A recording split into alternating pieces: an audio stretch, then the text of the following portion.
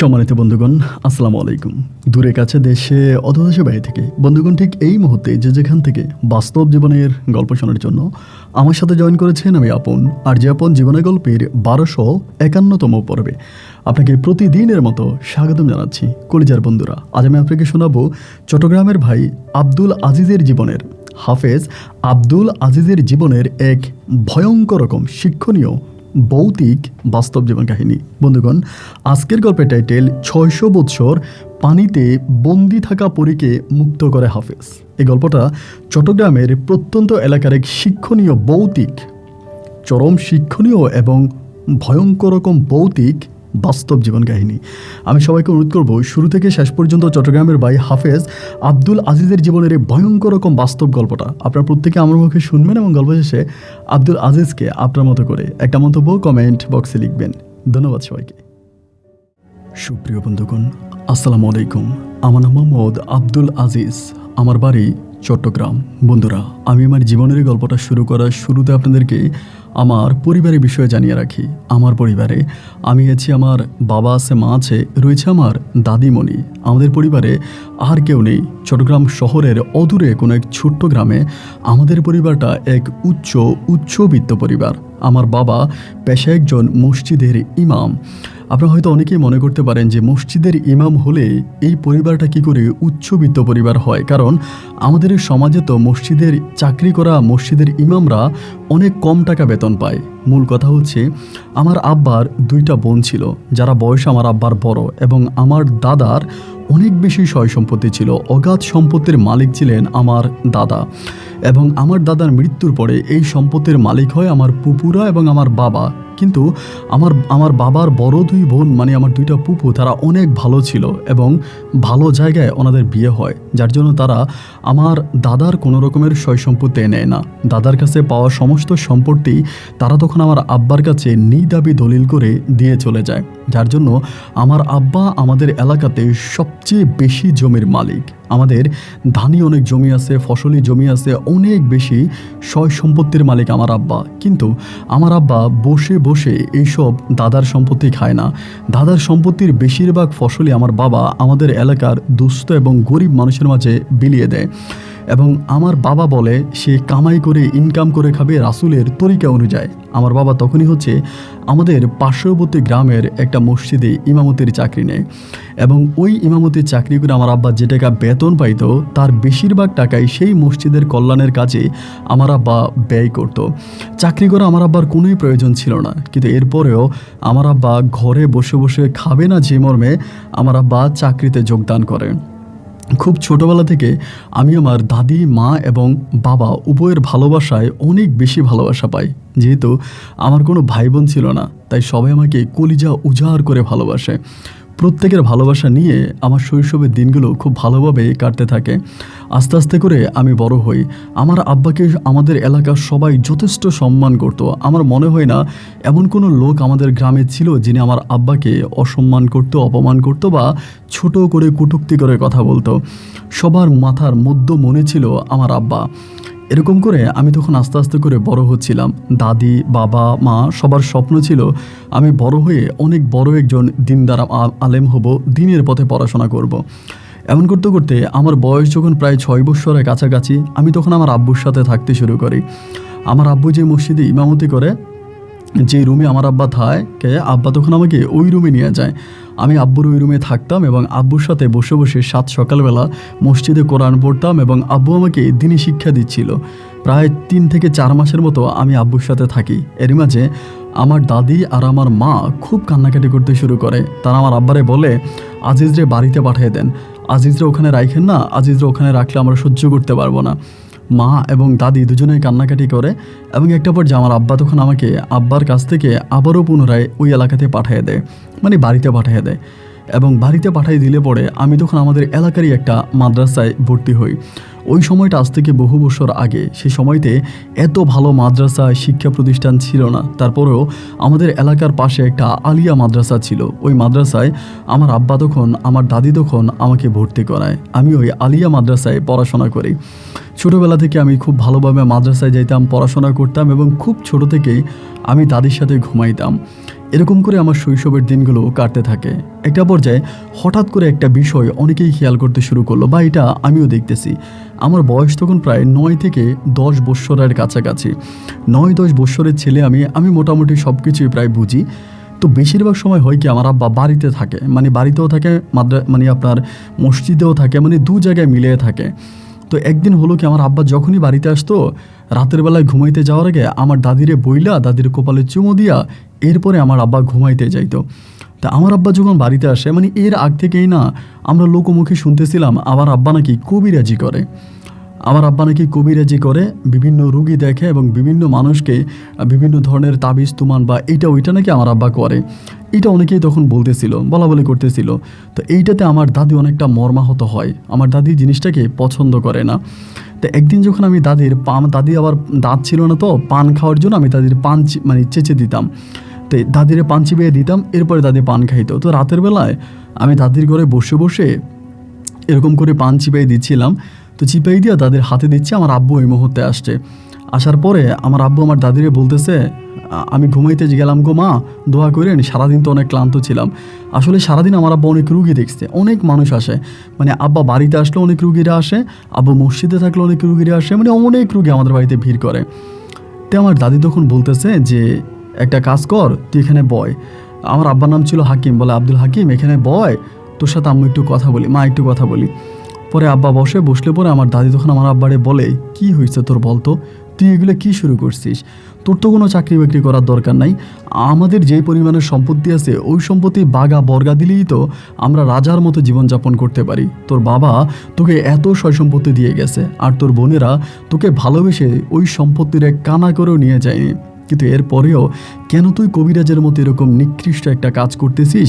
এইটা কেন করতেছিস? ইমামতি করেছিস, এটা না হয় মেনে নিলাম যে তুই বসে খেতে চাচ্ছিস না, তুই কামাই করে তুই খেতে চাচ্ছিস, এজন্য তুই ইমামতি করিস। কিন্তু এখন তুই কী শুরু করলি? কবিরাজি পেশাটা কি ভালো কোনো পেশা? আমার আব্বা তখন নিচের দিকে তাকায় থেকে আমার মারে বলতেছে, মানে আমার দাদিরে বলতেছে যে মা গো, আমি আপনার কাছে সব কথাই বলবো, একটা কাজ করেন, আপনি আব্দুল আজিজরে এই রুম থেকে চলে যেতে বলেন। আমার দাদি বলে, না আমার নাতি যাবে না, তুই যা বলার আমার নাতির সামনেই বল। আব্বু তখন দাদিরে বলতেছে, ও তো ভয় পাবে, ও যদি শোনে তাহলে ও ভয় পাবে। আমার দাদি বলে, ও ভয় পাবে না। আমি বলি, আব্বা বলো না, আমার সামনেই বলো, আমি একটু শুনি, তাতে কি আমি ভয় পাবো না? পরে আমার আব্বা বলে, মাগো, অনেক দিন ধরে একটা জিনের সাথে আমার একটা সম্পর্ক হয়। ওই জিনটা মাঝে মাঝে আমার মসজিদে আসতো, নামাজ পড়তো, আমার সাথে বসে গল্পগুজব করতো এবং আমাকে খাবার দাবার দিত। তো জিনটার সাথে আমার খুব বন্ধুত্বপূর্ণ একটা সম্পর্ক হয়। আমি তার সাথে আমাদের পৃথিবীর মানুষদেরকে নিয়ে অনেক আলোচনা করি এবং সেও তার জগৎ সম্বন্ধে আমাকে অনেক কিছু জানায়, অবগত করে। তো একটা পর্যায়ে সে আমাকে বলতেছে, আমার ওই জিন বন্ধুটা আমাকে বলতেছে সে মানুষের উপকার করতে চায়। আমাকে বলে যে আমি মানুষের উপকার করতে চাই, কিন্তু আমি তো একজন জিন, আমি সরাসরি তো কোনো মানুষকে উপকার করতে পারবো না। কোনো মানুষের উপকার করার জন্য আমার অন্য একটা মানুষের প্রয়োজন। তা আমি তোমার মাধ্যমে কিছু মানুষকে মুক্তি দিতে চাই, কিছু মানুষের আমার জীবন দশায় উপকার করে যেতে চাই। তা আমি জিনটাকে বললাম যে অন্য কাউকে বেছে নেওয়ার জন্য আমাকে না নিয়ে অন্য কাউকে নিতে বলি। তো জিনটা আমাকে বলে, আমি তোমার মাঝে কোনো লোভ দেখে নাই, তুমি কোনো লোভী না, এবং তোমার বাবার অগাধ সয় সম্পত্তি আছে, তুমি কখনো কারো কাছ থেকে টাকা পয়সা নিবা না এই সমস্ত কাজগুলো করার জন্য। যার কারণে আমি তোমাকেই পছন্দ করেছি, আমি তোমার মাধ্যমে মানুষের উপকার করতে চাই। আমার আব্বাজান তখন বলে, আমি জিনটাকে অনেকবার মানা করার পরেও আমাকে বিরক্ত করতে থাকে এবং একটা পর্যায়ে আমি আস্তে আস্তে করে এই কাজটা করি। কিন্তু মা, আমি যে এই কাজটা করি, আমি তো কারো কাছ থেকে কখনো এক পয়সাও নেই না, আমি তো কারো কাছ থেকে কোনো টাকা পয়সা নেই না, আমি তো সম্পূর্ণ বিনা টাকায় আমি মানুষের উপকার করে যাই। আমার দাদি তখন বলল, বিনা টাকা উপকার করিস এইটা তো জানে, কিন্তু তুই টাকা নেস না এটা তো আর এলাকার মানুষ জানে না, এবং সবাই মনে করতেছে তুই ভণ্ড কবিরাজ, কবিরাজ মানেই ভণ্ডামি, তুই ভণ্ডামি করিস, এসব ভালো না, তুই এ পথ থেকে ফিরে আয়। আমার আব্বু তখন বললো যে আচ্ছা ঠিক আছে মা, আমি ফিরে আসবো। এই কথা বলে আমার আব্বু তখন চলে গেল। এরপর আবার আমার আব্বা মসজিদে থাকে, ওইখানে হচ্ছে আপনার ইমামতি করে। এইরকম করতে করতে আমার আব্বা কিন্তু একটা দলের সাথে, মানে একটা ধর্মীয় গ্রুপের সাথে সংক্ষিপ্ত ছিল। ওই ধর্মীয় গ্রুপের সাথে আমার আব্বা কাজ করতো। একজন মানে ইসলাম ধর্মের একটা গ্রুপ ছিল, আমি গ্রুপের নামটা বলতে চাই না, এটা বলি না, ওই গ্রুপে আমার আব্বা তখন কাজ করতো। তো সেই গ্রুপের আমাদের এলাকার যিনি আমির ছিলেন, তিনি আমার আব্বাকে বলল যে আব্দুল হাকিম, একটা কাজ করো, তুমি অমুক জায়গায় একটা মসজিদ আছে, নতুন একটা মসজিদ, আমাদের সংস্থার মাধ্যমে মসজিদটা করা হয়েছে, তুমি ওই মসজিদটাতে গিয়ে ইমামতি করো এবং ওই মসজিদটা তুমি একটু দেখাশোনা করো। এই দায়িত্বটা আমার আব্বাকে দিল। তো আব্বাকে দেওয়ার পরে আমার আব্বা তখন ওই মসজিদে ইমামতি করার জন্য গেল, এটা ছেড়ে ওই মসজিদে গেছে। এবং ওই মসজিদটা আমাদের এলাকা থেকে খানিকটা দূরেই আছে। ওইখানে আমার আব্বা তখন ইমামতি করতো। তো আমার দাদি অনেক মানা করতো, এইসব করার দরকার নাই, তুই কোনো দলও করার দরকার নাই, তুই ঘরে আয়, খা, থাক, আমাদের সাথে থাক, এগুলো করিস না। কিন্তু আমার আব্বা বরাবর মতো আমার দাদির কথা না শুনেই এই সমস্ত দলের সাথে জড়িয়ে পড়ে, মানে ধর্মীয় গ্রুপ বা ইসলাম ধর্মের কিছু গ্রুপ আছে ওদের সাথে জড়িয়ে পড়ে। তো দেখা গেলো আমার আব্বা এই সমস্ত কাজগুলো করতো এবং একটা পর্যায়ে আস্তে আস্তে করে আমি মাদ্রাসায় পড়তাম। একদিন আমাদের মাদ্রাসার একজন হুজুর আমাকে বলল, তোমার আব্বা তো নাস্তিক হয়ে গেছে। আমি যে মাদ্রাসায় শিক্ষক মানে আপনার পড়াশোনা করি ওই মাদ্রাসায় হুজুর। তো উনি এটা বলার পরে আমি তখন বললাম যে হুজুর আপনি এটা কী বলেন, আমার আব্বা একটা মসজিদের ইমাম নামাজ পড়ায় এবং আমার আব্বা কীভাবে মানে হয়ে গেছে, কাফের হয়ে গেছে, এটা বলো যে কাফের হয়ে গেছে এরকম করে বলে। তাই আমি বললাম কীভাবে? উনি তখন বলে যে তোমার আব্বা এই ফতুয়া দিচ্ছে, মানে ধর্মের সাথে ধর্মের একটা বিবাদ হয় না, এরকম একটা বিবাদে ওই হুজুর তখন আমার আব্বাকে বলতেছে তোমার আব্বাকে বলো ভালো হয়ে যেতে, তা না হলে অনেক সমস্যা হবে। আমাদের মসজিদের এই হচ্ছে একজন স্যার আমাকে, মানে আমাদের মাদ্রাসার একজন স্যার আমাকে এই কথাটা বলে, হুজুর আমাকে এটা বলে। তো আমি কিন্তু এই কথাটা কারো কাছে বলি না, আমার দাদির কাছে না মার কাছে, কারো কাছে বলি নাই। এইভাবে দিন আর রাতগুলো কাটতেছে এবং একটা পর্যায়ে ওই ধর্মীয় গ্রুপটার সাথে মোটামুটি আমার আব্বার একটা সমস্যা দেখা দেয়, বিভিন্ন রকমের সমস্যা দেখা দেয়। এরপরেও কিন্তু আমার আব্বা ইমামতি করে যাইতো, ইমামতি করা আর আপনার রুগী দেখতো, ইমামতিও করতো এবং বিভিন্ন ধরনের রুগী আমার আব্বা দেখাশোনা করতো এবং রুগীদেরকে বিভিন্ন সমস্যা থেকে আমার আব্বা তখন মুক্তি দান করতো। এইরকম করে সময়গুলো কাটতে একটা সময় হঠাৎ করে, মানে তখন তো মোবাইল ছিল না, আব্বু প্রতি 3 দিন পর বাড়িতে আসতো। তাই 3 দিন পরে আব্বা একদিন বাড়িতে আসে নাই, না আসার পরে ওই দিনটা কেটে গেল, এরপরের দিনও কেটে গেল। তাই আমি তো মনে করছি মনে হয় আমার আব্বা অসুস্থ বা এই জন্য আসতেছে না। একদিন দাদি আমারে বলে, আব্দুল আজিজ একটা কাজ কর, তোর আব্বারে গিয়ে দেখে আয়, তোর আব্বা কেন আসতেছে না আজকে মাদ্রাসায় না গিয়া তোর আব্বারে দেখে আয়। পরে আমি মাদ্রাসায় যাইনি, মাদ্রাসায় না যাওয়ার পরে আব্বা যে মসজিদে ইমামতি করতো সেই মসজিদে গেলাম এবং সেই মসজিদে যাওয়ার পরে আমি দেখলাম যে মসজিদটা একেবারে শুনশান নীরব, মানে আপনার জোহরের কিছুক্ষণ আগে গেছি, মানে আজানের আগে। তা ওই মুহূর্তে গ্রামের একটা লোক তখন আসছে আজান দেওয়ার জন্য। তো গ্রামের ওই লোকটা কিন্তু আর আমাকে চিনে না বা আমার আব্বুকেও, মানে আমার আব্বুকে চিনে বাট আমাকে চিনে না। ওই তখন জোহরে আজান সম্পূর্ণ করে মসজিদ থেকে বের হইছে। হওয়ার পরে আমারে বললো, তুমি কে, তোমার তো চিনলাম না।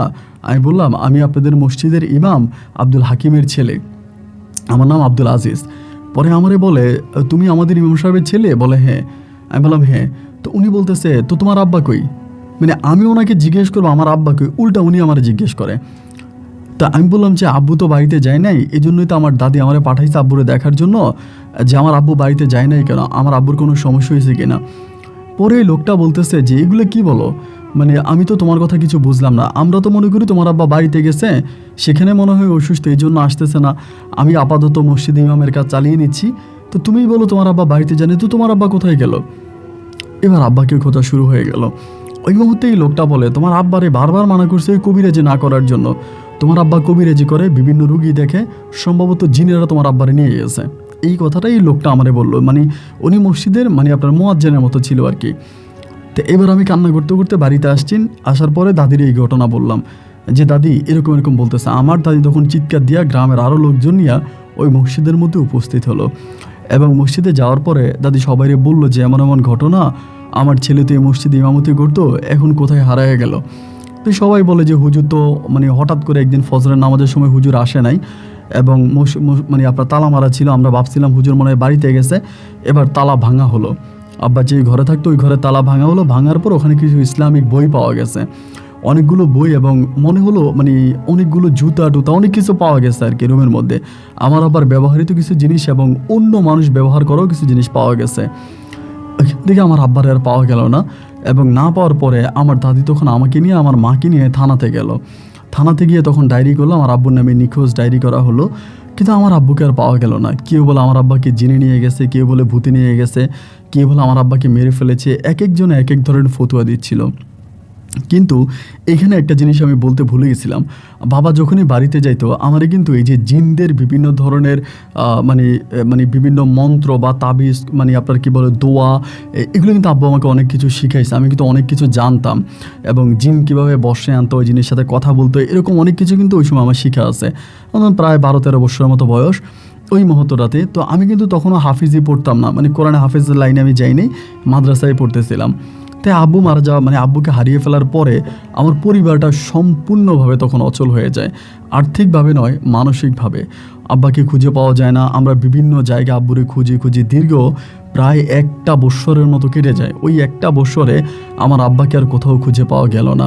আব্বু নাই নাই নাই মুহূর্তের মধ্যে এরকম একটা মানুষ কিভাবে উধাও হয়ে যায়, এটা একমাত্র আল্লাহই ভালো জানে। আব্বুর কোনো সন্ধান পেলাম না এবং আব্বুর সন্ধান না পাওয়ার পরে এরপর আমি বাড়িতে বসে আছি, বাড়িতে বসে থাকতাম, কান্নাকাটি করতাম। একটা পর যাওয়ার মা আমারে বললো যে তুই বাড়িতে এভাবে বসে থাকিস, তুই কান্নাকাটি করিস, এভাবে তো আর কোনো সময় কাটতে পারি না। একটা কাজ করতো, তোর নানুর এলাকাতে, মানে আমার নানুদের এলাকাতে একটা হাফিজিয়া মাদ্রাসে, অনেক বড় একটা দিনী মাদ্রাসা আছে। আমার আম্মা বলো ওই মাদ্রাসায় যা, ওইখানে গিয়ে তুই অন্তত কোরআনটা শিখ।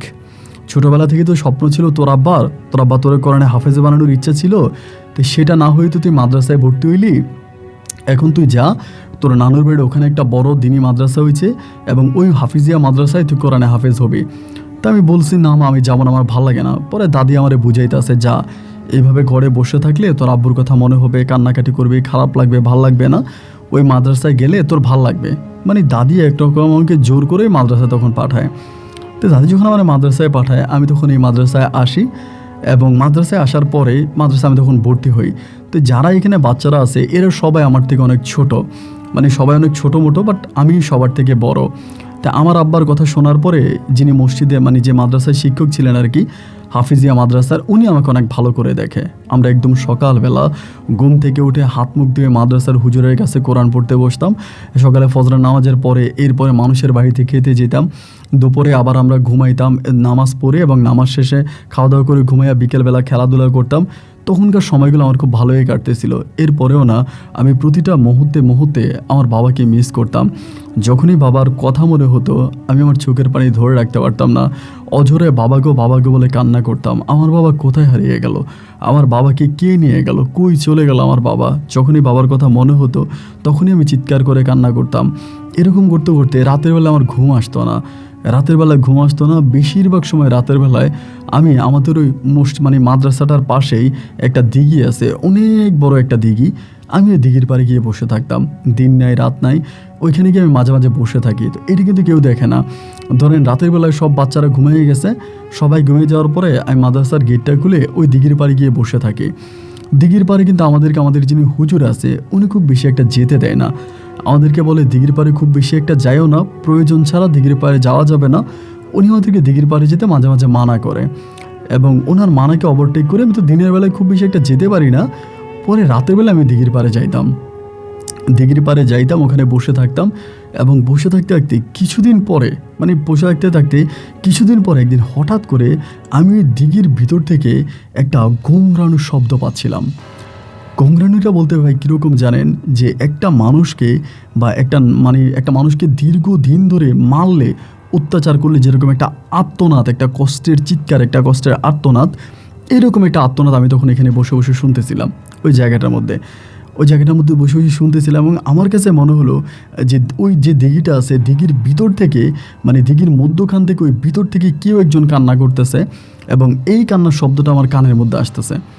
তো জিনিসটা আমি একদিন শুনলাম, শোনার পরে আমি কিন্তু ভয় পাই নাই বলতে এই কারণ যে আমি তো আমার আব্বুর সাথে অনেক কিছুই প্যারানর্মাল জিনিস দেখেছি, জিনদের সাথে কথা বলা দেখেছি এবং আব্বুর যে বন্ধু একটা জিন আছে, ওই জিনটা আমার আব্বুর কাছে মাঝে মাঝে আসতো, কথাবার্তা বলতো।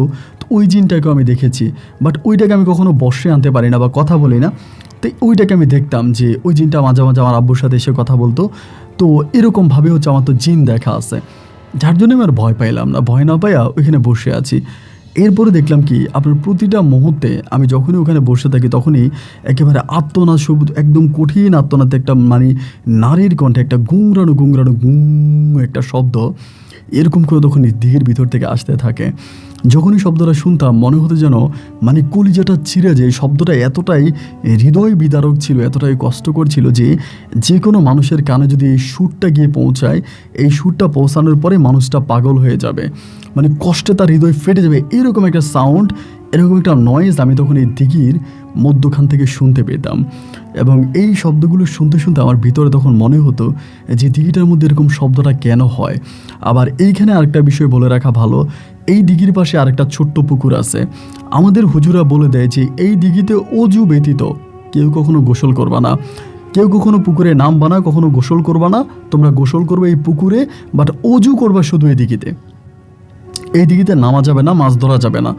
এবং দিঘিটাতে কেউ কখনোই মাছ ধরতো না। এটা মানে আপনার মানে কি বলে দেওয়া দিঘি আর কি, সরকারি দিঘি বা সরকারি জায়গা এরকম, মানে কোনো মালিকানা নাই। এবং আমাদের এই মাদ্রাসা থেকে এটা কোনো মালিকানা নেওয়া হয়নি। পরে কয়েকটা দিন এভাবে কেটে গেল। মাঝে মাঝে আমি যাইতাম, মাঝে মাঝে বলতে প্রায় প্রতিদিনে যাইতাম, এবং এই চিৎকারের শব্দটা, গুংরানোর শব্দটা আমি তখন শুনতে পাইতাম। এইরকম করতে করতে একদিন আমি হলো কি, আমাদের মসজিদের যিনি ইমাম আছে অনেক বয়স্ক, উনি আমার বাবার মতো বয়স্ক, আমার বাবার থেকেও আরও বেশি বয়স হবে, অনেক বয়স। তো হুজুর একদিন আমি দুপুরে বললাম, অজু করার পরে নামাজ পড়ছি, জোহরের নামাজ পড়ে মসজিদে বসে আছি। পরে আমি বললাম, হুজুর আমার আপনার কাছে একটা ছোট্ট আর্জি আছে, একটা প্রশ্ন আছে।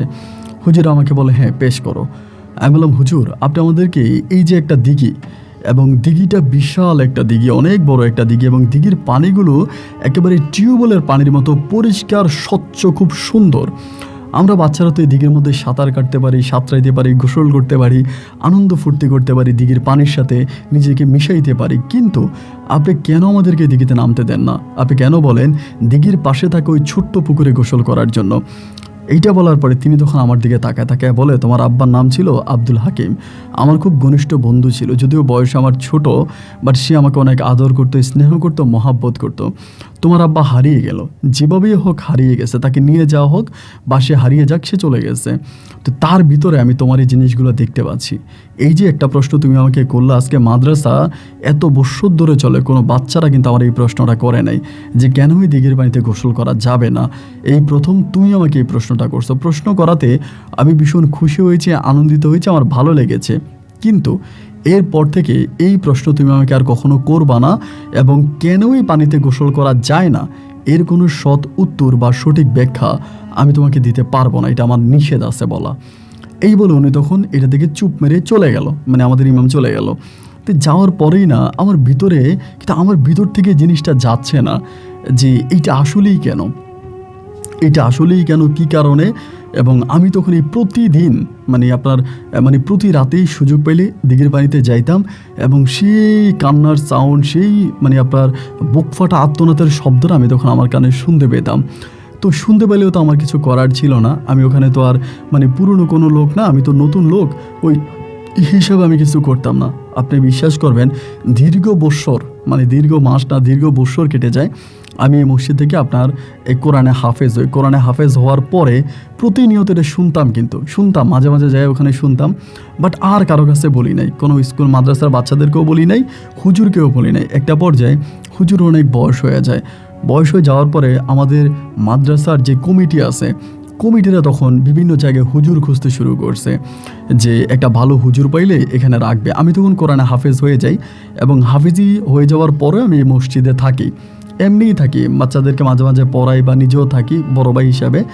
এমনটুকু অবস্থায় ওই মসজিদের যিনি সভাপতি ছিলেন মাদ্রাসার, হাফিজিয়া দিনী মাদ্রাসার সভাপতিকে আমাদের ওই বৃদ্ধ, আমাদের প্রাক্তন শিক্ষক তখন বলল, একটা কাজ করেন, আপনারা বাইরে থেকে কোনো হুজুর আইনেন না, এবং বাইরের হুজুর এখানে আসলে সমস্যা হবে। আব্দুল আজিজ অনেক ভালো একটা ছেলে, এবং ওর বাবা আব্দুল হাকিমও অনেক ভালো একজন দিনদার আলেম মানুষ ছিলেন। একটা কাজ করেন, আপনারা আব্দুল আজিজকেই এই মসজিদে ইমাম হিসাবে আপনারা রেখে দেন। আমার তো বয়স কম, একেবারে বয়স কম, এখনও দাড়ি উঠে নাই, মোচ উঠে নাই। তারপরে সভাপতি বলতেছে, এটা কি বলেন, এ তো অনেক ছোট, এরে আমরা ইমাম হিসাবে রাখবো কী করে। পরে উনি ওই সভাপতির মুখের দিকে তাকায় বলতেছে, বয়স কম দেখা এর ভিতরে আলেমই কম আছে, দিনী শিক্ষা কম আছে, ওর ভিতরে নেক আমল কম আছে, এটা চিন্তা করেন না, ও নেক আমলে ভরপুর, ওরে রাখেন ভালো হবে।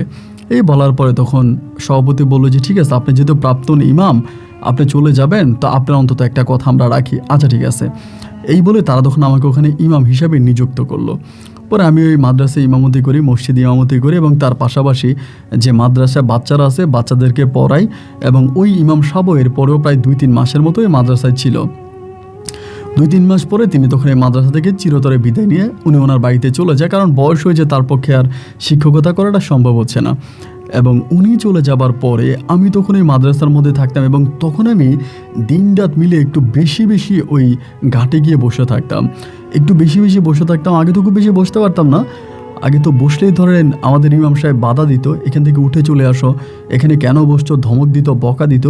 তো এখন তো মনে করেন ধমক দেওয়ার মতো, বকা দেওয়ার মতো কেউই নাই, এখন তো সব কিছু মুক্ত। সো আমার কি সমস্যা, আমি ওখানে ইমামতে আমি ওই ঘাটে গিয়ে বসবো। তা আমি ঘাটে গিয়ে বসে থাকতাম দিনরাত পিলি, এবং ওই আত্মনাদ, ওই কান্নার শব্দ এবং ওই বুক ফাটা কান্নার শব্দটা আমি তখন কানে শুনতে পেতাম। এমন করতে করতে নিজের মাঝে মনে হলো যে আসলেই কেন এই শব্দটা হয়, কি কারণে, কিসের কারণে এই জায়গাটার মধ্যে এই শব্দটা হয় এবং এই সাউন্ডটা আসার কারণ কি, এটা আমি উদ্ঘাটন করব। এটা আমি খুঁজে বের করব যে কেন এই পুকুরের মধ্যে বা দিঘির মধ্যে এই সাউন্ডটা আসে। আমি এটা বের করব চিন্তাভাবনা করে আমি তখন করলাম কি, আবার পুনরায় এই এখন বের করতে হলে তো আমাকে কারো কাছে যেতে হবে, যারা কবিরাজ বা তান্ত্রিক, যারা এইসব নিয়ে কাজ করে, এরাই তো আমারে বলতে পারবে। তো এখন তো আমি এরকম কারো কাছে যাই না, না গিয়ে আমার আব্বার কাছ থেকে যে শিক্ষাটা আমি পেয়েছিলাম, যে দোয়া দরুদগুলো আমি পেয়েছিলাম, এইগুলো আমি তখন প্র্যাকটিস করতে শুরু করি। আমি পুনরায় রিসার্চ করতে শুরু করি এগুলোর উপরে। এবং আমি তখন কোরআন থেকে বিভিন্ন ধরনের সূরা, জিন সহ অনেকগুলো সূরা আছে, যারা আলেম মানুষ তারা বুঝবে, এই সূরাগুলো পড়ে পড়ে আমি জিন বর্ষে আনার বা জিনের সাথে কন্ট্রাক্ট করার, কথা বলার একটা পরিকল্পনা বা চেষ্টা আমি তখন করতেছি। এবং সেখানে আমাকে একজন আলেম আছে, আমাদের একজন আলেম, তিনি আমাকে আবার মোটামুটি সাহায্য করে। তিনি আবার এই বিষয়ে খুব পারদর্শী ছিলেন, তিনিও আমাকে সাহায্য সহযোগিতা করেন এবং তিনার মাধ্যমেও আমি প্রায় অনেকটা জিনিস শিখতে পারি। তিনি অনেক কিছু তিনি যেহেতু অনেক কিছু জানতেন, অনেক কিছু তিনি বুঝতেন, তো তিনি আমাকে অনেকটা শিখিয়েছে যে এটা এভাবে হয়, ওটা ওভাবে হয়। ওনার কাছ তো আমি হাতে কলমে প্রায় অনেকটা জিনিস শিখেছি। এবং শিখার পরে আমি তখন আমার মতো করে এটা কাজ করতেছি এবং দীর্ঘ অনেকগুলো বছর এখানে পেরিয়ে যায়। কিন্তু এইটার উপরে কাজ করতে করতে করতে করতে একটা পর্যায়ে আমি একটা জিনের সাথে কন্ট্রাক্ট করার জন্য আমি একটা জিনের সাথে তখন কন্ট্রাক্ট করতে পারি এবং জিনটাকে আমি বসে আনি এবং তার সাথে আমি এই বিষয়টা নিয়ে কন্ট্রাক্ট করি যে এইটা কিভাবে সম্ভব বা এটা কিভাবে হলো, এটার ঘটনা কি, এভাবে তখন জিজ্ঞেস করি। এবং জিজ্ঞেস করার পরে এই জিনটা তখন আমাকে বলে, এবং ওই জিনটা অনেক ভালো ছিল, দিনদার একটা জিন ছিল, অনেক বয়স্ক একটা জিন ছিল, অনেক বয়স্ক। তিনি আমাকে বলে যে হাফেজ সাহেব, এইখানে একটা পরীকে বন্দি করে রাখা হয়েছে আজকে প্রায় 600 বৎসর ধরে। একদিন দুদিন নয়, 600 বৎসর ধরে একটা পরীকে এই দিঘির পানিতে বন্দি করে রাখা হয়েছে। এবং ওই দিঘির পানিতে থাকা, এই দিঘির নিচে থাকা পরীটার আর্তনাদ মাঝে মাঝে আপনি শুনতে পান। এই পরীটা যে কাঁদে, পরীটা বন্দি অবস্থায় যে কাঁদে, এই চিৎকার বা এই আর্তনাদটা আপনি শুনতে পান, এটাই হচ্ছে ঘটনা। তো আমি বললাম যে 600 বৎসর আগে একটা পরীকে বিনা দোষে কেন এখানে বন্দি করে রাখা হবে, তার কারণটা কি? তিনি বলে পরীটাকে আসলে বিনা দোষে বন্দি করে রাখা হয়নি এবং অবশ্যই কোনো না কোনো বড় ধরনের কারণ আছে, এই জন্য পরীটাকে ওখানে বন্দি করে রাখা আছে। আমি তখন বললাম আমি পরীটার সাথে কথা বলতে চাই এবং তার সাথে আমি যোগাযোগ করতে চাই। এই জিনটা আমাকে বলল যে পরীটার সাথে বা যে জিনটার সাথে, জিনদের মধ্যে যারা মেয়ে আছে, মহিলা আছে, তাদেরকে হয়তো পরী বলা হয়, পরী বলে আখ্যায়িত করা হয়। তখন বললো যে আপনি যে ওর সাথে কথা বলবেন, এই বিষয়ে আমি আপনাকে কোনো সাহায্য করতে পারবো না, কারণ জিন জাতির মধ্যে এই যে জাতটা আছে, ওই জাতের অনেক ক্ষমতা, অনেক পাওয়ার, ওদের অনেক ক্ষমতা, অনেক পাওয়ার, এবং ওদেরকে বন্দি করা সহজ কোনো বিষয় না। যেই কবিরাজটা ওনাকে বন্দি করেছে, সেই কবিরাজটা মারা গেছে এবং বহু সাধনার পরে জিনটাকে উনি বন্দি করতে সক্ষম হয়েছে। যার কারণে আমি এই বিষয়ের উপরে আপনাকে কোনো সাহায্য করতে পারবো না। তবে আমি আপনাকে এইটা বলতে পারি যে এই মাধ্যমে আপনি জিনটার সাথে কথা বলতে পারেন, যদি জিনটা আপনার সাথে কথা বলতে রাজি হয়। তো তিনি আমাকে একটা মাধ্যম শিখিয়ে দেয়, ওই মাধ্যমে আমি তখন এই পরীটার সাথে কথা বলি। কিন্তু ওই মাধ্যমে কথা বললে না, আমি পরীর কথাটা স্পষ্ট শুনি না। ওই যে পরীটা যে বন্দি দশার মধ্যে আছে, এই বন্দি থাকার কারণে তার কথাগুলো আমি ক্লিয়ার শুনতে পাই না, আসে না। পরে আমি এটা নিয়ে আবার আলোচনা করতে শুরু করি, রিসার্চ করতে শুরু করি। একটা পর্যায়ে হলো কি, আমি আপনার এই কয়েকটা পরীটাকে বন্দি করে রাখার যে কয়েকটা ধাপ আছে, 2-3টা ধাপ আমি তখন কেটে ফেলি, 2-3টা ধাপ আমি তখন কাটি এবং এই 2-3টা ধাপ কাটার পরে আমি তখন এই পরীটার সাথে কথা বলতে সক্ষম হই। মানে একটা ধাপ 2টা ধাপ কেটে এরকম অনেকগুলো ধাপ আছে পরীটাকে মুক্ত করার জন্য। 2টা ধাপ আমি কাটার পরেই পরীটার সাথে তখন আমি কথা বলি এবং কথা বলার পরে পরীটা আমার কাছে অসম্ভব রকমের কান্নাকাটি করে। সে আমার কাছে তার জীবন ভিক্ষা চায় এবং খুবই কান্নাকাটি করে আমাকে বলে আমি অনেক অন্যায় করেছি, অপরাধ করেছি। সে অন্যায় অপরাধের কারণে একজন বড় আলেম আমাকে বন্দি করে রেখেছে। আমি আমার এই বন্দি দশা থেকে মুক্তি পেতে চাই এবং জীবনে কোনো দিন আমি আর কোনো দিন কোনো মানুষের ক্ষতি করব না, অবিচার করব না, অনিষ্টতা করব না। আমি ভালো হয়ে যাব। তোমার বাবা আব্দুল হাকিম, ওনাকে আমি চিনি, উনি অনেক ভালো একটা মানুষ। ইনিও ওনার জীবন দশায় কখনো খারাপ কাজ করেনি। তোমার আব্বা একটা জায়গার ভিতরে আছে, তুমি যদি আমাকে মুক্ত করো, প্রয়োজন আমি তোমার আব্বাকেও তোমার কাছে এনে দেবো। এই কথাটা যখন আমাকে বললো, আমি তখন একটু থমকে গেলাম যে এটা আপনি কি বললেন? আমার আব্বাকে আপনি আমার কাছে এনে দিবেন? আমার আব্বা কি বেঁচে আছে? আমার আব্বা তো আজ থেকে বহু বৎসর আগে মারা গেছে। এই পরীটা তখন আমাকে বলতেছে যে না, আপনার আব্বা মারা যায়নি, আপনার আব্বা বেঁচে আছে, কিন্তু আপনার আব্বাকে ইঞ্জেকশন পুশ করে আপনার আব্বাকে পাগল করে দেওয়া হয়েছিল এবং আপনার আব্বা পাগল হওয়া অবস্থায় রাস্তায় ঘুরে বেড়াচ্ছে, জীবন দশা অনেক কষ্ট পাচ্ছে। আমি আপনার আব্বাকে মুক্ত করে দেব যদি আপনি আমাকে মুক্ত করেন। এটা উনি আমাকে বলল। বলার পরে আমি বললাম, আপনি কিভাবে বলেন আমার আব্বা বেঁচে আছে? আমি তো এটা বিশ্বাস করি না। তখন সে আমাকে একটা দোয়া পড়তে বলল এবং পরে আমাকে আমার হাতের দিকে তাকাতে বলল। গভীর রাতে আমি তখন ওই দোয়াটা পরে আমার হাতের দিকে তাকানোর পরে আমি দেখলাম আমার আব্বা একটা ময়লা কর্দম একটা জায়গার মধ্যে শুয়ে আছে। দাড়িগুলো অনেক বড় হয়ে গেছে, মাথার চুলগুলো বড় হয়ে গেছে, অনেকটা পাগলের মতো করে ক্ষুধার্ত অবস্থা আমার আব্বা শুয়ে আছে। আব্বাকে আজ বহু বছর পরে নিজের হাতে দেখার পরে আমি তখন আমার চোখের পানি ধরে রাখতে পারিনি। আমি অজরে কান্না করতে শুরু করি। আমি এই পরীটার সাথে আবারও যোগাযোগ করি। আমি তাকে বলি যে আপনার যেটা বলবেন আমি সেটাই করব। আমি আপনার কথার বাইরে যাব না। তবে আপনার কাছে আমার একটাই অনুরোধ, আমার আব্বার ঠিকানা আপনি দিবেন। আমার আব্বা কোথায় আছে? উনি তখন বললো, এই ঠিকানা শুধুমাত্র পরীদের মানে জিনদের মধ্যে আমরা যে বংশের আছে, আমাদের বংশের জিনেরাই আপনাকে এই ঠিকানাটা দিতে পারবে, এছাড়া অন্য কেউ পারবে না। আমি সঠিক ঠিকানাটা দিব, কিন্তু আপনি আমাকে মুক্ত করেন। এবং এইটা বলার পরে কিভাবে তাকে মুক্ত করতে হবে এই বিষয়ে সে আমাকে কিছু নীতি নির্ধারকতা দেয় এবং এটা খুব কঠিন একটা কাজ, অনেক কঠিন একটা কাজ। এই পরীটাকে মুক্ত করা এটা সহজ কোনো কাজ না এবং এই পরীটাকে মুক্ত করতে হলে আমার অনেক ক্ষতি হবে, আমার ব্যক্তি জীবনে অনেক ক্ষতি হবে। এবং এর পরেও আমি এটার উপরে কাজ করতে শুরু করি দীর্ঘদিন যাবৎ। কী ধরনের কাজ করি এগুলা হয়তো এখানে বলাটা আমার ঠিক হবে না বলে আমি বলি না, কিন্তু আমি কাজ করতে শুরু করি, দিনরাত মিলিয়ে আমল করতে শুরু করি, দোয়া করতে শুরু করি, নামাজ পড়তে শুরু করি, রোজা রাখতে শুরু করি। এইরকম করে অনেকগুলো দিন, প্রায় 5 মাসের মতো আমি এইভাবে নামাজ রোজা করে দোয়া করি, বাট আমি ওভাবে পরীটাকে মুক্ত করতে পারি না। এটাকে মুক্ত করা আমার সম্ভব হয় না। এরই মাঝে হলো কি, আমার দাদি তখন একেবারে প্রায় মৃত্যু শয্যায়, মারা যাবে এমন একটা অবস্থা। আমার দাদি আমার বউ দেখবে, আমার মাকে বারবার বলতেছে আমি আমার নাতির বউ দেখব, নাতির বউ না দেখে আমি মরবো না, তুমি আব্দুল আজিজ রে বলো বিয়ে করার জন্য। মা তখন আমাকে প্রচণ্ড রকমের প্রেশার দিচ্ছে, তুই বিয়ে কর, তোর দাদি কান্নাকাটি করতেছে, তোর দাদি তোর বউ দেখবে, তুই বিয়ে কর। আমি তখন বললাম যে এই মুহূর্তে আমি বিয়ে করব না, আমি একটা কাজ নিয়ে বা একটা সাধনার মধ্যে আছি, আমার এই সাধনাটা শেষ হওয়া পর্যন্ত আমি বিয়ে শাদী করব না। কিন্তু আমার মায়ের কথা হচ্ছে, তোর দাদি বাঁচবেও বা কয়দিন, তিনি কান্নাকাটি করতেছে, তিনি মরে গেলে পরে তুই বিয়ে করে কি হবে, তারা তোর বউটা দেখা, মানে খুব প্রেশার দিতেছে। এইভাবে হলো কি, আমি কিছুদিন যাবত এই কাজ করাটা আমি বন্ধ রেখেছি, বন্ধ রেখে আমি তখন বিয়েটা করলাম।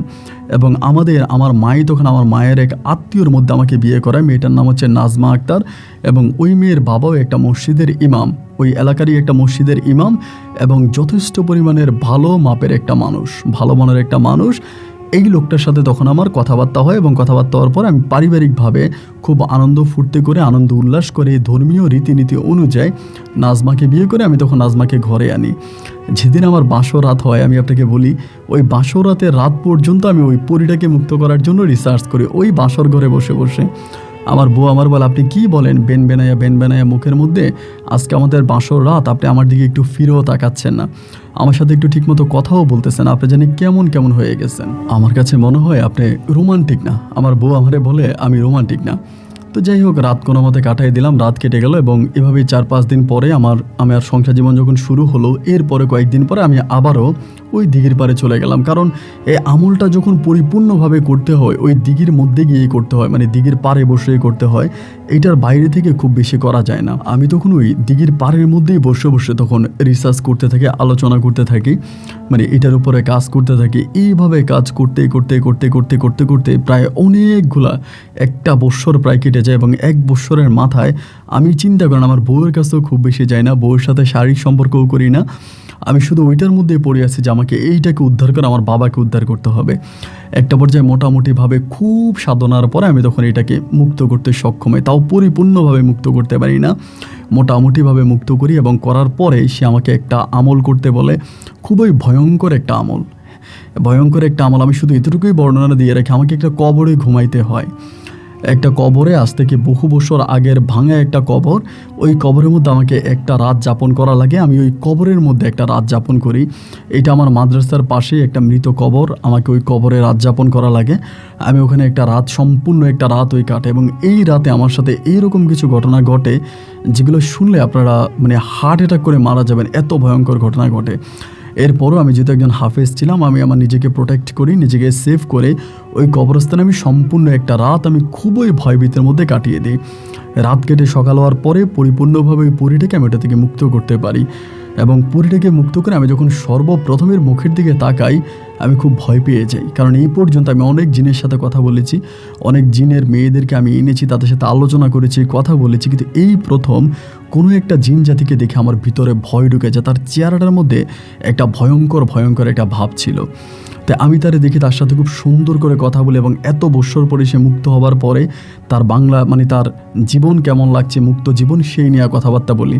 এবং আমাকে খুব মানতো, ও আমাকে একটা দোয়া শিখিয়ে দেয় যেটা দিয়ে ওকে ডাকা যাবে। ওই দোয়াটা দিয়ে আমি যখনই ডাকতাম তখনই সে আমার কাছে আসতো।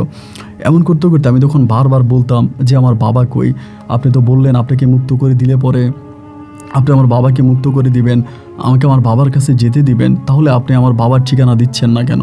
আমি আমার বাবার কাছে যাব, আমার বাবার কাছে আমি যেতে চাই, আমার বাবার সাথে আমি থাকতে চাই, আপনি আমাকে আমার বাবার ঠিকানা দেন। আমি আমার বাবার ঠিকানার জন্য মানে একরকম উঠে পড়ে লাগছি, তার সাথে উঠে পড়ে লাগছি যে আমার বাবার ঠিকানা দেওয়াই লাগবে, আমার বাবার ঠিকানা কোথায় আপনি দেন। এমন করতে করতে সে আজকে এটা কালকে এটা এক একদিন আমাকে এক একভাবে বুঝাইতেছে। মানে সে মূলত আমার আব্বুর ঠিকানাটা আমাকে দিচ্ছে না, আব্বুকে আনতে দিচ্ছে না। এবং একটা পর্যায়ে আমাকে বলে আমি আপনার আব্বাকে এনে দিব আপনার কাছে, কিন্তু এখানে আমার একটা শর্ত আছে। শর্তটা দিল, শর্তটা হচ্ছে এইটা যে আমার আব্বাকে আমি একটা ঘরের মধ্যে রাখবো, আব্বাকে আমি ওখানে গোসল করাবো, খাওয়া দাওয়া করাবো, এটা আমার মাদ্রাসার মধ্যে, মাদ্রাসার এরিয়ার মধ্যে, কিন্তু আমি ব্যতীত আমার আব্বাকে আমি অন্য কাউকে দেখাতে পারবো না। আমি ব্যতীত আমার আব্বাকে আমি অন্য কাউকে দেখাতে পারবো না, শুধু আমিই দেখবো। এবং আমি একটা ঘরের মধ্যে আমার আব্বাকে রাখবো এবং রেখে আব্বাকে আমি এখানে খাওয়া দাওয়া করাবো, গোসল করাবো, যত্ন করব, যা করা দরকার তাই করব। শুধু শর্ত একটাই, আমি ব্যতীত আমার আব্বার কাছে অন্য কেউ যেতে পারবে না। আমি তখন ওনারে বললাম যে এইটা কী ধরনের কথা আপনি আমাকে বলেন, আমার আব্বার কাছে আমি ব্যতীত অন্য কেউ যেতে পারবে না, কেমন মানে না যেতে পারার কারণটা কি? আমার আব্বার কাছে অন্য কেউ কেন যেতে পারবে না? পরে আমাকে বলে এইটা আমি আপনাকে ব্যাখ্যা দিতে পারবো না, শুধু এটাই বলবো আপনার বাবার কাছে শুধুমাত্র আপনি যেতে পারবেন, আপনি ব্যতীত আপনি কাউকে ওই জায়গার মধ্যে নিতে পারবেন না। যদি আপনি আমার শর্তে রাজি থাকেন তাহলে আমি আপনাকে আপনার বাবার সন্ধান দিতে পারি বা আব্বাকে নিতে পারি। আমি বললাম আচ্ছা ঠিক আছে। যেহেতু আমার আব্বা মানে ওখানে কষ্টে আছে, খাওয়া পায় না, দাওয়া পায় না, পাগল অবস্থায় ঘুরতেছে, কোথায় খায় কোথায় দেয়, তো সেই থেকে আমার আব্বা যদি আমার কাছে থাকে তাহলে এটা আমার জন্য অনেক ভালো। যতটুকুই সময় পাই বা যাই পাই আব্বা আমার কাছে থাকলো। পরের দিনই আমাকে বললো যে ঠিক আছে আপনার আব্বাকে আমি এনে দিব একদিন সকালবেলা। একদিন সকালবেলা আমার আব্বাকে এনে দিবে বলে এই কথা বলার পরে ঠিক একদিন সকাল প্রায় আনুমানিক 7টা থেকে 7:30 বাজে হঠাৎ করে সে আসে, এসে আমাকে বলে আপনার আব্বাকে আমি এনে দিয়েছি, আপনার অমুক জায়গায় আছে। যে মাদ্রাসা আমি শিক্ষকতা করতাম ওই মাদ্রাসারই পাশে একটা গ্রাম আছে, মানে বাজার আছে, ওই বাজারের মধ্যে নাকি আমার আব্বা বসে আছে, ওখানে একটা বটতলা বলে একটা জায়গা আছে, বিশাল একটা বটবৃক্ষ আছে, ওইখানে নিচে নাকি আমার আব্বা বসে আছে। আমার বলে ওইখান থেকে গিয়ে আপনার আব্বাকে নিয়ে আসেন।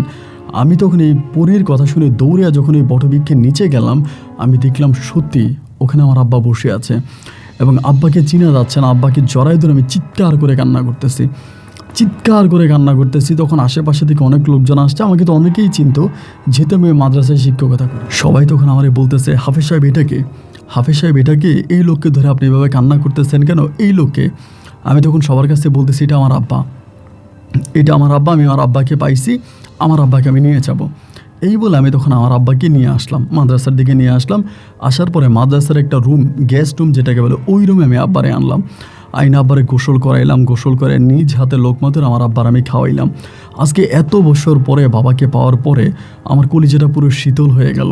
এবং ওই পরিটার কাছে আমি প্রচণ্ড রকমের কৃতজ্ঞতা বোধ করি, কৃতজ্ঞতা বোধ করি। এবং এই পরিটাকে আমি অনেকভাবে পরিটার কথা মানি। সে যেটা বলে তার সব কথাই শুনি এবং তার সাথে কিন্তু আমার দেখা হতো, কথা হতো। আমি আমার আব্বাকে তখন সেবা যত্ন করতেছি, আব্বার খোঁজ খবর নিতেছি, আব্বাকে রাখতেছি, খাওয়াইতেছি। কিন্তু এই যে আব্বা আমার কাছে ফিরে আসছে, এটা কিন্তু আমার মা, ওই সময় আমার দাদি মারা যায়। আমার মা অথবা আমার বউ, আমি কারো কাছে এটা বলি না, মাকেও বলি না, আমার বউকেও বলি না, এবং প্রত্যেকের কাছে আমি বিষয়টা হাইড করতেছি। এরই মাঝে আরেকটা কথা বলে রাখি, এটা হচ্ছে আমার একটা সন্তান হয়, আমার একটা কন্যা সন্তান হয় মৃত। এরই মাঝে পরিটাকে মুক্ত করার পরে আমার বউ এর মাঝে প্রেগনেন্ট হয়, এবং হওয়ার পর আমার একটা মেয়ে সন্তান, আমার এই মেয়ে সন্তানটা মৃত হয়। যাই হোক, এরপরে যেটা হইলো সেটা হচ্ছে আমি তখন এভাবে হচ্ছে আমার এই পরিটার সাথে আমার আব্বাকে আমি তখন আপনার তক্ত তালাশ নিচে খোঁজখবর নিচে খাওয়া দাওয়া করাইতেছি। এইরকমভাবে বাড়ির মধ্যে খুব একটা যাই না, এইভাবে মাঝে মাঝে যাই না। এমন করতে করতে একদিন হলো কি আমি বাজারে গেছিলাম, আমাদের ওই যে বাজার আছে, বাজারে গেছিলাম মাদ্রাসার কিছু বাজার সাজার করার জন্য। এবং মাদ্রাসার বাজার সাজার করার জন্য বাজার করে আপনি শুনলে অবাক হয়ে যাবেন, খুব অবাক করা একটা ঘটনা। মাদ্রাসা থেকে বাজার করে আসার পরে আমি হঠাৎ মাদ্রাসার গেটের মধ্যে একটা বাচ্চা আমারে বলতেছে, ও হুজুর আপনার মা আসছে, আমারে বলে। যখন বলে আমার মা আসছে, এটা বলার পর আমি একটু ধমকে গেলাম, কিরে মা তো আমার সাথে যোগাযোগ করলো না, হঠাৎ করে মা মাদ্রাসাতে কেন আসছে? এইটা বলার পরে আমি গিয়ে দেখি যে মা, আমি যেই রুমে থাকি ওই রুমের মধ্যে বসে আছে, খুব আনমনাভাবে বসে আছে। এবার আমি মায়ের কাছে গেছি। এরই মাঝে কিন্তু ওই 5-6 দিন ধরে ওই পরিটার সাথে আমার আর দেখা হচ্ছে না, যেটাকে আমি মুক্ত করেছি, ওনার সাথে কিন্তু আমার আর দেখা হচ্ছে না বা কথা হচ্ছে না। তা আম্মাকে দেখলাম কি ওইখানে চুপচাপ বসে আছে এবং খুব গম্ভীর একটা ভাব করে বসে আছে। মায়ের কাছে গেলাম, গিয়ে বললাম যে মা, কি হয়েছে তোমার? তুমি এরকম গম্ভীরভাবে চুপচাপ এখানে বসে আছো, তোমার কি কোনো বিষয়ে মন খারাপ না কিছু হয়েছে? আমার কাছে বলো না, আমার বউর সাথে তোমার কোনো ঝামেলা হয়েছে? আম্মা যেন আমাকে বলতেছে, না তোর বউর সাথে আমার কোনো ঝামেলা হয়নি, আমার কোনো সমস্যা নেই, আমি ঠিক আছি, কিন্তু এই একটা বিষয় বুঝলাম না। আম্মা আমাকে এরকম করে বলে। আমি বললাম, বুঝলাম না, কি বুঝলাম না? মা বলে, তুই এই লোকটার এখানে বন্দি করে রাখলি কেন? এই পাগলটার এখানে বন্দি করে রাখছিস কেন? এই কথা আমার মা বলে। আমি বললাম, তুমি কেমনে জানো আমি একটা পাগলকে বন্দি করে রাখছি? মা বলে, আমি গেলাম তো, এবং তুই নাকি ওই লোককে বাবা ডাকস, তোর মাদ্রাসার অনেক বাচ্চারা বললো এটা নাকি তোর বাবা। এটা তোর কোন কালের বাবা যে পাগল একটারে বন্দি করে এনে তুই খাওয়াইতেছস? আমি কিন্তু ওনাকে শেভ করাইছি, ওনার দাড়ি কাটছে এবং সম্পূর্ণভাবে ওনার চেহারা বোঝা যায় এরকমভাবেই কিন্তু আমি ওনাকে রেডি রাখছি। যখন আমার আম্মা আমাকে এই কথাটা বললো, আমি তখন খুব অবাক হয়ে গেলাম যে মা, এটা তুমি কি বললা? আমি তো তোমার কথা কোনো কিছু বুঝতে পারছি না। কেন, তুমি কি এই লোকটাকে দেখেছো? মা বলে, হ্যাঁ দেখেছি তো। আমি বললাম, এই লোকটাকে তুমি চিনো না? মা বলে, আমি চিনবো কেমন করে? আমি বললাম, তুমি তারা পাগল বলতেছো, সে তো আমার আব্বা। মা বলে, তোর বাবা? এটা তোর বাবা হইলো কেন? তুই পাগল হয়ে গেছিস? তোর বাবারে তুই চিনিস না? আমার তো মনে হয় তুই তোর বাবারে চিনিস না। এটা তোর বাবা? আমি বললাম, তুমি আমার সাথে আসো তো। এই লোকটা তখন খাটে বসে আছে। আমি তখন দরজাটা খুললাম, দরজাটা খুলে ভিতরে ঢুকছি। ঢুকার পরে আমি বললাম, মা তুমি ওনারে চিনো না? মা বলে, আমি চিনবো কী করে, এটা কে, কোন পাগল? আমি বললাম, এটা আমার আব্বা। মা বলে, কী বলো সেটা তোর আব্বা? আমি বললাম, তুমি মুখ দেখো, দাড়ি দেখো, এবং ওই যে আমার আব্বার এখানে একটা বড় মাছ ছিল গালের মধ্যে।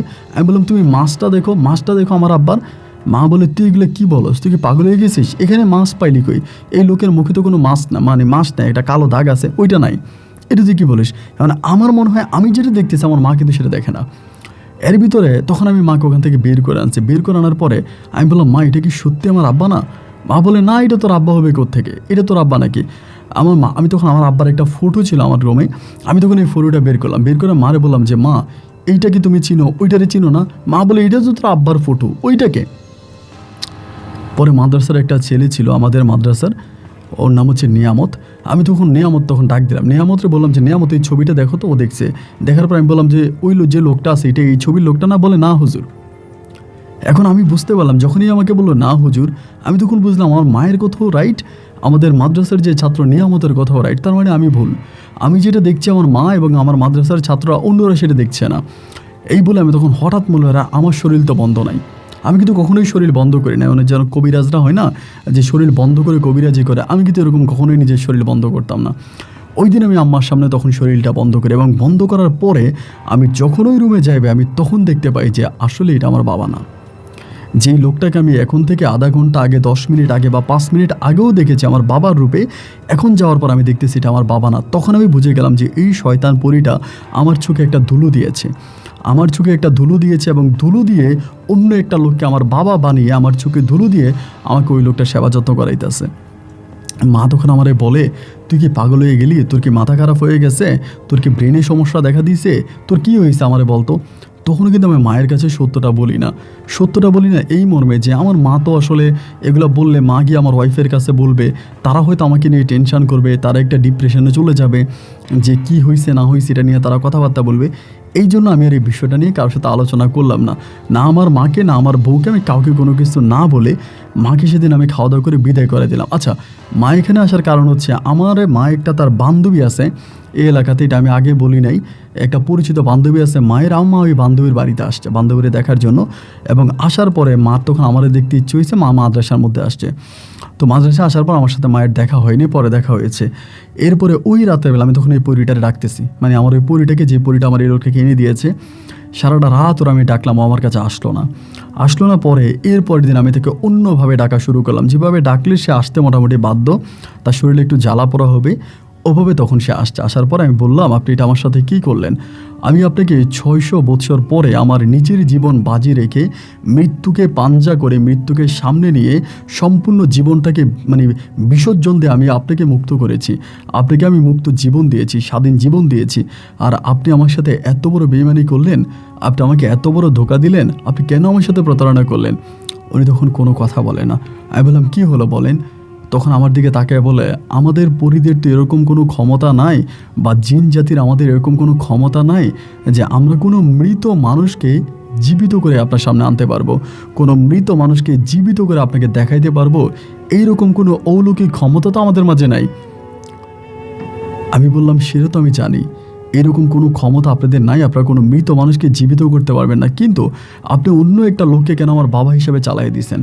তখনই পরীটা বলতেছে, আপনার আব্বা আজ থেকে বহু বৎসর আগে মারা গেছে, যিনি মারা গেছে আমি এই মৃত লোকটাকে কি করে আপনার সামনে আনবো, যার জন্য আমি অন্য একটা লোককে আপনার বাবার মতো করে আপনার চোখে মন্ত্র দিয়ে ফু দিয়ে আপনাকে ব্লেস করে আমি ওই লোকটাকে আপনার বাবা হিসেবে আপনার কাছে এনেছিলাম। আমি তখন পরীটাকে বললাম, আমার বাবাকে কারা মেরেছে? তখন তিনি কয়েকটা নাম বলল, এবং নাম বলার পর আমি জানতে পারলাম ওই লোকগুলো হচ্ছে তারা যাদের সাথে আমার আব্বার ধর্ম নিয়ে দ্বন্দ্ব ছিল। ওই লোকগুলো এক ধর্ম করতো, মানে একই ধর্ম, মানে দুইজনের আকিকা মানে দুই পথে ছিল। আকিকা ওই যে আমি আসলে সহজ ভাষায় বুঝায় বললে, লাল টুপি, লম্বা টুপি, কালো টুপি, শিয়া, তারপরে হচ্ছে আপনার বিভিন্ন ধরনের যে আছে, মানে আপনার সুন্নি আছে, তারপরে হচ্ছে জামাতি আছে, তারপরে হচ্ছে এরকম বিভিন্ন জাতের মধ্যে নাকি একটা দ্বন্দ্ব হয়, এবং সেই দ্বন্দ্বতে আমার আব্বাকে কাফের ফতুয়া দিয়ে তারা মেরে ফেলে। এটা তখন ওই পরীটা বলে। তো এখন আমার আব্বা মেরে ফেলেছে, এত বৎসর পরে তো আর আমি এটা নিয়ে কোনো কিছু বলি নাই। এরপরেও চাচ্ছিলাম মামলা হামলা করার জন্য, তারপরেও আর যাই নাই, কারণ যার কথা তিনি বলেছে এই লোকটা আমাদের এলাকারই, এবং তিনি এখনও বেঁচে আছে, বয়স হয়ে গেছে অনেক বয়স্ক লোক, বাট তিনি বেঁচে আছে, এবং তিনিই নাকি আমার আব্বাকে মেরেছে, এইরকম একটা খবর আমি তখন পেয়েছি। তো এই পরীটা আমাকে এটা বলে দিলে, দেওয়ার পরে আমি আর এই বিষয়টা নিয়ে কোনো আলোচনা করলাম না, কথাবার্তার মধ্যে গেলাম না। এরই মাঝে আমার আরেকটা সন্তান হয়, দ্বিতীয় সন্তান, আমার দ্বিতীয় সন্তানটাও কিন্তু মৃত হয়। কেন আমার সন্তানগুলো এভাবে মৃত হচ্ছে আমি এটা বুঝতে পারি না। এটা আমি তখনও বুঝতে পারি যে আমার সন্তানগুলো কেন মৃত জন্ম নিচ্ছে, এবং আমার বউয়ের পেট থেকে মৃত আসে। তো যাই হোক, এরপরে আমি তো অত বড় আলেম না, তো এই পরীটা তখন আর আমি পরীটার সাথে খুব কথা বলি না, কিন্তু যেই লোকটাকে বাবা হিসাবে এই মাদ্রাসায় দিয়েছে আমার, ওই লোকটা কিন্তু আমি সেবা যত্ন করতেছি, আমি তার বের করে দিই নাই, তার চিকিৎসা করছি, সুস্থ করেছি, এবং আপনি শুনলে অবাক হবেন যে এই লোকটাকে আমি সম্পূর্ণ ভালো করেছি চিকিৎসা দিয়ে। ভালো করার পরে এই লোকটাকে আমি তার পরিবারের কাছে ফিরিয়ে দিয়েছি। তার পরিবারও ছিল আমাদের চট্টগ্রামেরই একটা পরিবারে ছিল, লোকটা হচ্ছে পেশায় হচ্ছে রিক্সা ড্রাইভার ছিল, সেখান থেকে তার সাংসারিক অভাব অনটনে তার মাথা খারাপ হয়ে যায়। তো আমি তখন ওই লোকটাকে তার পরিবারের কাছে আবারও পুনরায় ফিরিয়ে দিয়ে আসি, এবং দিয়ে আসার পর আমি তখন আমার মতো করে আছি।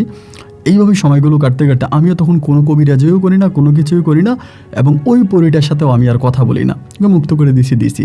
তার বেশ কিছুদিন পরে একদিন হঠাৎ করে সকালবেলা আমাদের বাড়িতে, মানে আমি যে বাড়িতে আছি আমার গ্রামে, আমার বাড়িতে 4 জন লোক আসছে। আমি ওনাদেরকে চিনি না, এরা এসে সকালবেলা আমার ডাকতেছে। তো আমার মা তখন বেরিয়ে আমারে বললো যে, আব্দুল আজিজ, তোর সাথে জানি কে দেখা করতে আসছে। পরে আমি বেরোলাম, বেরোয়ার পরে ওনাদেরকে দেখে তো আমি অবাক, আমি তো চিনি না। পরে আমি বললাম যে, আপনারা কারা? বলে আমরা বেশ দূর থেকে আসছি, আমাদের বাড়ির ঠিকানা বলি না, মানে অনেক দূরে, চিরঙের মধ্যে, বাট অনেক দূরে। আমি বললাম যে আপনারা ওখান থেকে আমার এখানে কেন আসছেন? বলে অমুক কবিরাজ আপনার কাছে পাঠাইছে। কবিরাজ? আমি বললাম কোন কবিরাজ? তো কবিরাজের নাম বলে। আমি তো কোনো কবিরাজকে চিনি না, তা আমার কাছে কেন পাঠাইছে? পরে বলে আমরা আমাদের মাকে হারাই ফেলছি, এখন আমাদের মাকে নাকি আপনার সাথে থাকা কেউ নিয়ে গেছে, এবং আপনি নাকি আমাদের মাকে এনে দিতে পারবেন। আমাদের মাকে নাকি একটা নাম বলে, এই নামটা আমি এখন বলতে চাই না, বা এই নামটা কখনোই বলতে চাই না আমি, এটা বললে আমার ব্যক্তি জীবনের সমস্যা হতে পারে। একটা নাম বলে যে অমুক নামের আমার মাকে নিয়ে গেছে। যখন নামটা বলে তখন আমি পরীর নামটা কিন্তু এটা, মানে ওই পরীটার নাম এটা ছিল। এবার আমি বললাম যে সত্যি কি? বলে হ্যাঁ, আমার মাকে নিয়ে গেছে, আমরা আমাদের মাকে ফিরে পেতে চাই, বা আমাদের মাকে নিয়ে গেছে। তাই আমি বললাম যে আচ্ছা ঠিক আছে, আপনারা চলে যান, আপনারা আগামী দিন আবার আইসেন। ওনারা বলে যে না, আমরা আগামী দিন আবার আসতে পারবো না, আমরা আজকে অন্তত আপনার বাড়িতেই থেকে যাব, এবং কি হয়েছে আমরা এটা জানবো। তো ওরা আমাদের বাড়িতে ছিল, আমি তখন মাদ্রাসায় গেছি, এর পরের দিন মাদ্রাসায় গেছি, মানে ওই দিনে মাদ্রাসায় গেছি। সন্ধ্যার পরে মাগরিবের নামাজ পড়ে আমি তখন ওই পরীটারে ডাকলাম। ডাকার পর আমি বললাম যে অমুক নামের এই মহিলা কি আপনি নিয়ে গেছেন? বলে হ্যাঁ। তাই আমি বললাম কেন? বলে মহিলাটা ভালো না, মহিলাটা ভালো না, এই জন্য নিয়ে গেছি। এবং আমি বললাম মহিলাটা কই আছে? বলে আছে, মহিলাটাকে আমি পাগল করে দিছি, ও পাগল বেশে আছে। তুই পাগল বেশে আছে, কেন নিয়ে গেলেন? বলে নিয়ে গেছি, এই কথা আমাকে বললো। তাই আমি বললাম দিয়ে দেন, বলে দিব না। আমি বেশ কয়েকবার বললাম দিয়ে দেন, বলে দিবে না, মানে সে দিতে রাজি না। রাত কেটে গেল, পরের দিন আমি বাড়িতে গেছি। আবার বাড়িতে যাওয়ার পরে ইনারা তখন আমার বাড়িতে, মেয়ের পরিবারের মানুষরা। পরে আমি বললাম আপনার আম্মা কী করতো? আপনার আম্মা কোনো খারাপ মানুষ ছিল? বলে না, খারাপ মানুষটা আমার আম্মা 5 ওয়াক্ত নামাজ পড়তো, দিনের পথে চলতো, ভালো পথে চলতো, আমার আম্মা ভালো একজন মহিলা। আমার আম্মাকে বিনা কারণে আমার আম্মাকে কে জানে নিয়ে গেছে, বা আমি শুনতেছি কোনো জিনি নিয়ে গেছে, আমার আম্মাকে পাওয়া যায় না। এইবার আমি তখন করলাম কি, ওনার সাথে আমি আলোচনা করি, মানে ওই জিনটাকে আমি পুনরায় আবারও ডাকি, পরীটাকে ডাকার পরে আমি বললাম যে ওনাকে ফিরিয়ে দেন, না দিবে না। আমি বলতেছি ফিরিয়ে দেন, সে বলতেছে দিবে না। এই নিয়ে তখন তার সাথে আমার একটা দ্বিধাদ্বন্দ্ব তৈরি হয়ে যায়, এবং সেই দ্বিধাদ্বন্দ্ব থেকে পরীটা আমাকে একটা কথাই বলে যে এই মহিলা তো আপনার আপন কেউ না, এই মহিলা তো আপনার আপন কেউ না, কেন আপনি এই মহিলাকে ফিরিয়ে নিতে চান? এই মহিলাকে ফিরিয়ে নেওয়ার তো আপনার কোনো প্রয়োজন নাই, আপনি কেন নেবেন? তখন আমি তার একটু প্রেশার দিই, মানে মোটামুটি একটু প্রেশার দিই, এবং প্রেশার দেওয়ার পরে সে এই মহিলাটাকে দিতে বাধ্য হয়, মানে মহিলাটাকে শেষ পর্যন্ত দিয়ে যায়।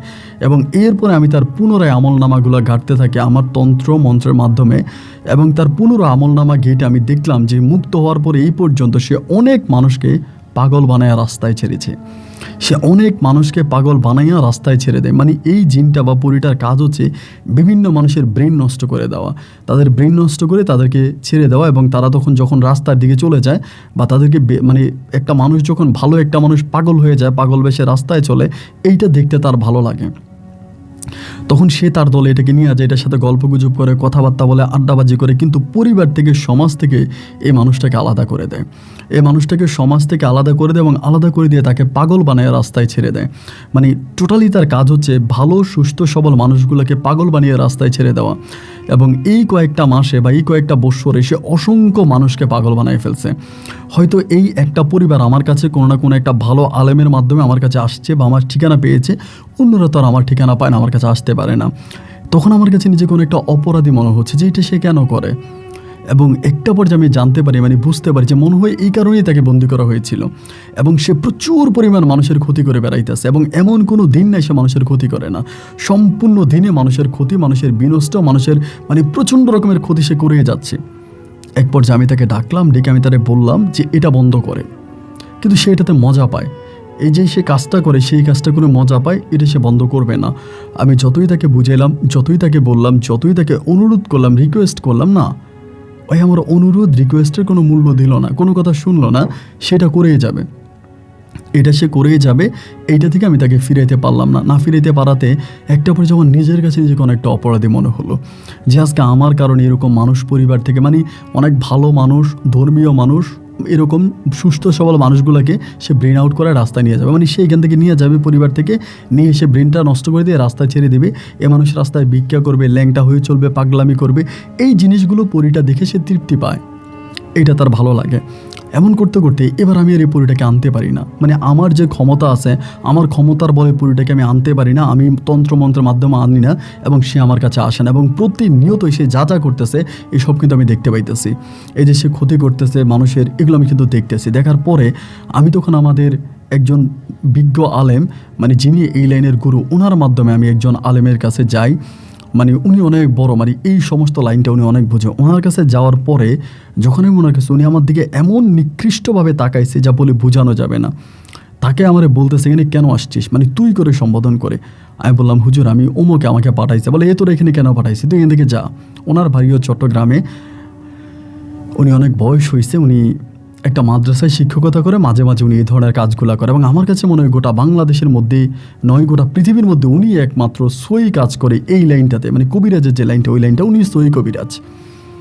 উনি তখন আমাকে বলতেছে যে এখান থেকে চলে যা, তোর সাথে আমি কোনো কথা বলবো না, তুই নিকৃষ্ট, তুই মৃত্যুর পরে দোজকে যাবি, তুই দোজকি।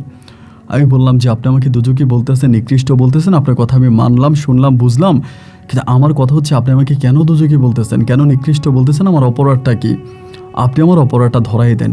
পরে বলে, তোর অপরাধ পরিমাণ করা যাবে না, তুই পরিমাণ ব্যতীত অপরাধ করেছিস।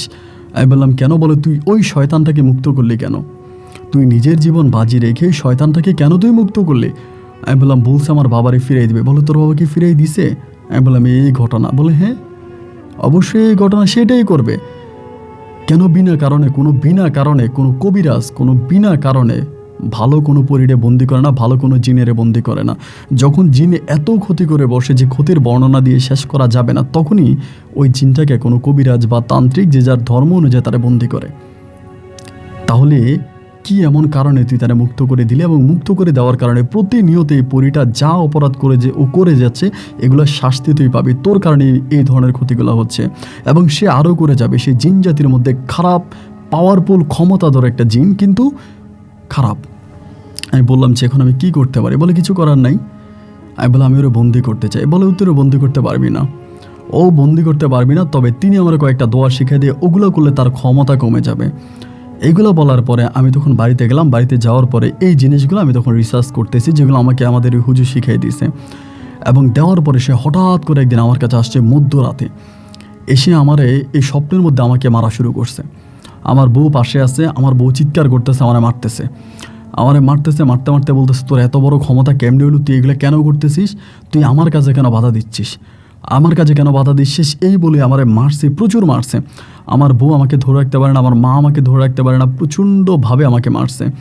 ওই সময় আমার বউ প্রেগনেন্ট, মানে আমার বউয়ের পেটে বাবু হবে, এইরকম একটা অবস্থার মধ্যে এইভাবে আমাকে মারছে। মারার পরে আমি তখন কি করব ভাই বলেন? আমার তো কিছু করার নেই। মারার পরে আমি সকালবেলা ওই কবিরাজের বাড়িতে আবার গেছি, যিনি আমাকে গেলাম, বললাম যে এই ঘটনা। বলে, সে তোর ক্ষতি করবে, এবং ক্ষতি করবে বলে বলতেছে, মারাত্মক ক্ষতি করবে। উনি বলে, ওই লোকটা বলে, মারাত্মক ক্ষতি করবে, তুই এখনও সময় আছে, ওরে আটকা। আমি কেমনি আটকাবো? বলে, তুই আটকাইতে পারবি। উনি আমাকে আটকানোর পরটাও বলে দেয় না, বলে তুই আটকাইতে পারবি। এবং এই কবিরাজের বাড়ি থেকে যেদিন আসছি, হঠাৎ করে দুপুরে আমার মাকে পাওয়া যাচ্ছে না, দুপুরবেলা আমার মাকে পাওয়া যাচ্ছে না। এবং মাকে যখন পাওয়া যাচ্ছে না, আমার মায়ের ব্যবহৃত যে কাপড়গুলো আছে, ওই কাপড়গুলো দিয়ে আমি আমার মতো করে রিসার্চ করে বুঝলাম যে আমার মাকেও নিয়ে গেছে, ওই পরিটা নিয়ে গেছে। এবং আমি তারে বারবার বলতেছি, আমার মারে ফিরিয়ে দে, আমার মারে ফিরিয়ে দে, আমার আম্মা অসুস্থ, আমার আম্মা ডায়াবেটিসের রোগী, আমার আম্মা অসুস্থ, দিয়ে আমার আম্মারে ফিরিয়ে দে। বলে, না, ফিরাবো না, তোর আম্মার আমি ফিরাবো না, তুই আমার ক্ষতি করছিস, আমার কাছে বাধা দিছিস, তোর জন্য আমার এটা হয়েছে, ওইটা হয়েছে। মানে মোটামুটি সে কথা হচ্ছে আমার আম্মাকে সে দিবে না। আমি তারে অনুরোধ করতেছি, তার কাছে রিকোয়েস্ট করতেছি, আমার আম্মাকে ফিরাই দাও, আমার আম্মার কোনো দোষ নেই, আমার আম্মা নির্দোষ একজন মানুষ, বিনা কারণে আমার আম্মার ক্ষতি তুমি করো না, আমার আম্মাকে দিয়ে দাও। না, সে দেবেই না, কোনোভাবেই সে দেবে না। পরে চিন্তা করলাম কি করা যায়, আমার আম্মাকে দেন, আর আমার বউ কান্নাকাটি করতে মরে যেতেছে। এমন করতে করতে আমার একটা পুত্র সন্তান হয়েছে, তার নাম ছিল মোহাম্মদ ইয়াসিন, আমার ছেলেটা হয়েছে। এবং ছেলেটা যেদিন হইল, ওই দিন কান্নাকাটি, এই প্রথম আমার একটা জীবিত সন্তান হয়েছে। এই পর্যন্ত কিন্তু আমার এর আগে 3টা সন্তান হয়েছে, 3টা সন্তানে মৃত হয়েছে। এই প্রথম আমার একটা সন্তান আল্লাহর এই পৃথিবীতে জীবিত আসছে। সন্তানটাকে দেখে আমার মনটা ভরে গেল, কিন্তু মায়ের জন্য কষ্ট হচ্ছে, মাকে পাই না। একটা পর্যায়ে আমি চিন্তা করলাম কি করা যায়।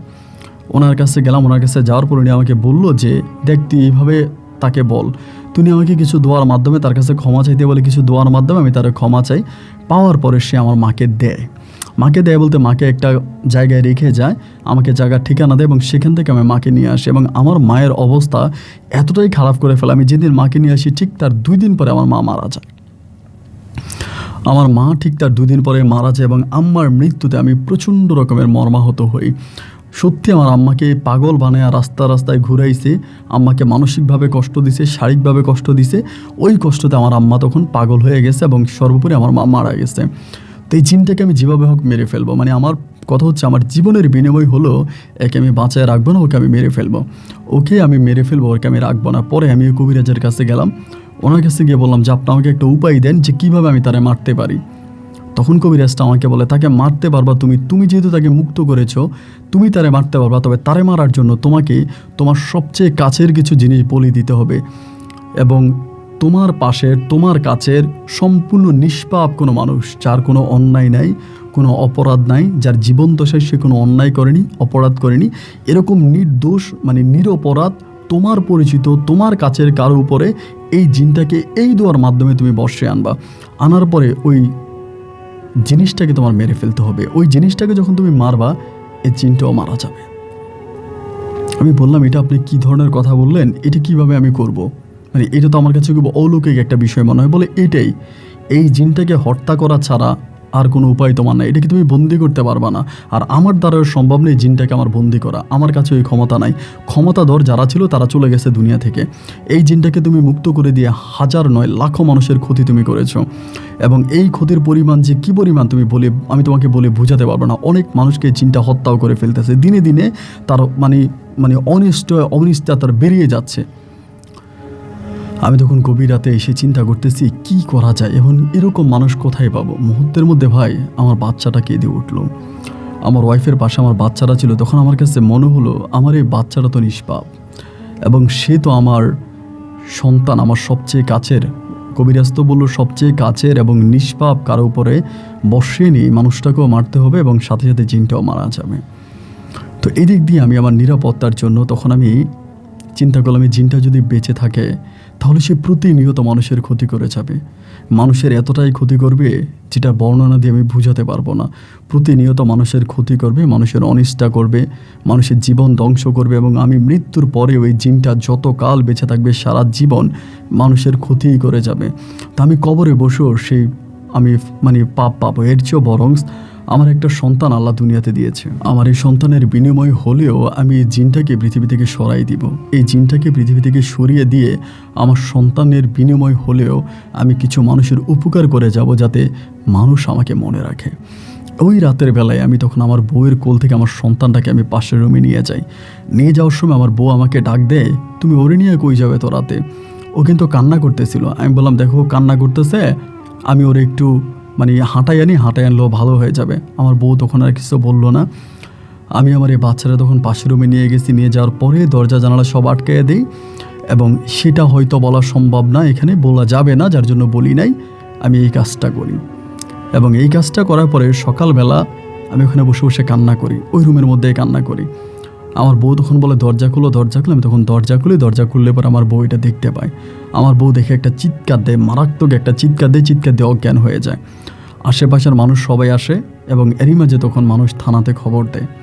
সবাই ভাবছে আমি পাগল হয়ে গেছি এবং আমি পাগল হয়ে এরকম নোংরা কাজটা করেছি। থানাতে খবর দেয় এবং থানাতে খবর দেওয়ার পরে থানাতে এসে পুলিশ আমাকে নিয়ে যাও। সন্তান হত্যার দায়ে আমি দীর্ঘ 3 বছর ধরে জেলে থাকি। 3 বছর জেলে থাকার পরে আমি 3 বছরে মুক্ত হয়ে আসি এবং আসার পরে দেখতে পাই আমার বউ অন্যত্রে বিয়ে বসে গেছে। আমার বউ অন্যত্রে বিয়ে করতেছে, বিয়ে বসে গেছে এবং এরপর থেকে আমি আমার এই বয়স পর্যন্ত আর বিয়ে করিনি। এখন আমি আমার জীবনের প্রায় শেষ বয়সে এসে দাঁড়িয়েছি। আমি একটা মসজিদের ইমামতি করি। আমি আমার ঠিকানা আপনাকে দিতে চাই না। একটা মসজিদের ইমামতি করি এবং মসজিদের একজন ইমাম হিসেবে আমি আছি। আজও প্রতি রাতে আমার যখন এই অপরাধগুলোর কথা মনে হয় আমি ঘুমোতে পারি না। আমি আমার সন্তানকে হত্যা করেছি এবং অনেক মানুষের ক্ষতি করেছি শুধু একটা খারাপ মানুষের উপকার করতে গিয়ে, খারাপ জিনের উপকার করতে গিয়ে। তো আপনার গল্পগুলো আমি শুনি, আমার ভালো লাগে। সেখান থেকে আমার জীবনের এই কঠিন ঘটনাগুলো আমি আপনার সাথে শেয়ার করলাম। আপনি যদি মনে করেন আমার গল্পটা রেকর্ড করতে পারেন, আমি শুধু আপনাকে আমার একটা ফোন নাম্বার দিলাম। এই ফোন নাম্বারে ইমো আছে, যদি পারেন ইমোতে আমার সাথে যোগাযোগ করবেন, নাম্বারে না। ভালো থাকবেন। আসসালামু আলাইকুম। সুপ্রিয় বন্ধুগণ, সবাইকে অনেক বেশি ধন্যবাদ এই পর্যন্ত আমার সাথে থেকে চট্টগ্রামের ভাই হাফেজ আব্দুল আজিজের জীবনের ভয়ঙ্কর রকম বাস্তব গল্পটা শোনার জন্য। তিনি আমাকে একটা নাম্বার দিয়েছে, এই নাম্বারটা বন্ধ। আমি বেশ কয়েকবার ট্রাই করেছি, কিন্তু এই নাম্বারটাতে ইমো আছে। ইমোতে যখন আমি মেসেজ করি মেসেজগুলো সেন্ড হয়, কিন্তু উনি এগুলো সিন করে না, দেখে না এবং অনেকক্ষণ ধরে কল দিয়েছি, কলও ঢুকে বাট উনি ধরে না। আমি বিভিন্ন নাম্বার থেকে দিচ্ছি, বাট ইনি আমার সাথে কোনো যোগাযোগ করে না বা কথা বলে না। এই গল্পটা রেকর্ড করতে আমার নিজের অনেক ভয় লেগেছে, এবং এই যিনি আমাকে গল্পটা পাঠিয়েছে আব্দুল আজিজের কোনো অস্তিত্ব আমি পাইনি, শুধু একটা ইমো নাম্বার ব্যতীত। এবং কেন উনি ওই ইমো নাম্বার আমাকে দিয়েছে এবং কেন ওই নাম্বার উনি রিসিভ করেন, আমি বিভিন্ন নাম থেকে ট্রাই করেছি, অনেককে দিয়ে চেষ্টা করিয়েছি, বাট উনি কারো কল রিসিভ করে না, কারোর সাথে কথা বলে না, শুধুমাত্র কল যাচ্ছে, মেসেজ যাচ্ছে, বাট উনি এগুলো দেখেও না। তো আব্দুল আজিজই আমাকে ইমেল করে গল্পটা পাঠিয়েছে এবং সেই ইমেলে উনি ওই নাম্বারটাই দিয়েছে। যাই হোক, আমার কাছে এখানে অনেক কিছু অলৌকিক মনে হচ্ছে এই আব্দুল আজিজের মাঝেও কোনো সমস্যা আছে এবং বিষয়টাই সম্পূর্ণ ভৌতিক মনে হচ্ছে আমার কাছে। ভয় লাগার মতো একটা গল্প আপনার কাছে কেমন লেগেছে সেটা কমেন্ট বক্সে লিখবেন। এই নিয়ে আমি আজ আর কথা বলি না, এখানে বিদায় নিই। দেখা হবে আপনাদের সাথে অন্য দিন অন্য কারো বাস্তব জীবনের গল্প নিয়ে। সবাই ভালো থাকবেন, সুস্থ থাকবেন। আল্লাহ হাফেজ এন্ড আসসালামু আলাইকুম।